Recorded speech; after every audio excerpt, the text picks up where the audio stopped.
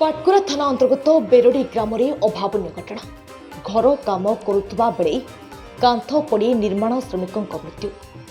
बेराडी ग्राम जड़े निर्माण श्रमिक गोलक चंद्र बेहरा आज अपराह कुलतुड़ी ग्रामर एक घर निर्माण जाइतिबा बेले गोटे पट कांथ प्लास्टर करुवा बेले कच्चा कांथटी हठात गोलकों भुसुड़ी पड़ा। गुरुतर आहत होइतिबा गोलकों को पाटकुरा मेडिकल निया जाइतिला एवं परे केन्द्रापड़ा बड़ डाक्तरखाना को स्थानांतरित कर कटक पठाଯାଇଥିଲା। सेठारे डाक्तर तांकु मृत घोषणा करथिले। एने बेराडी अंचल शोकर छाया खेली जाइछि। मु दिलीप साहू बेड़ारी ग्राम पंचायत समिति सभ्य।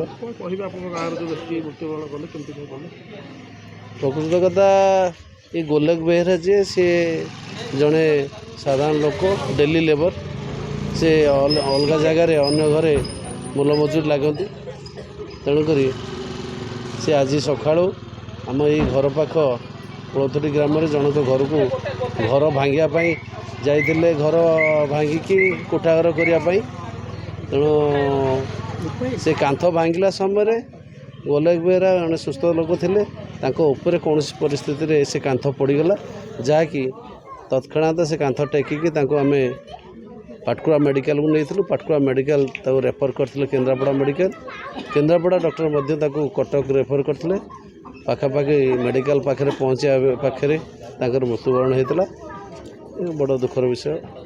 समस्त गाँ लोक आज आम ये गोलक बेहरा सकाशे दुखित दुख प्रकाश कर तेणु जहाँ संभव सरकार तरफ आम चेष्टा करूँ एवं अन्य जदि कौन जगार किसी कलेक्टर लेवल साहाय्य मिलवार थब निश्चिंत भाव में जोगाड़ करने आम समस्त को निवेदन करूँ।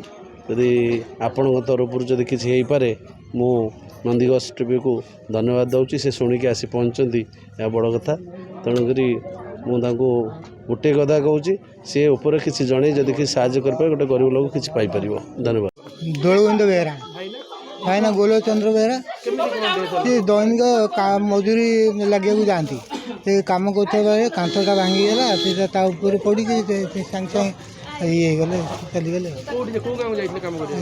ये कुलथुटी पाख पाख भाई कम ये सब करती दैनिक मूल्य।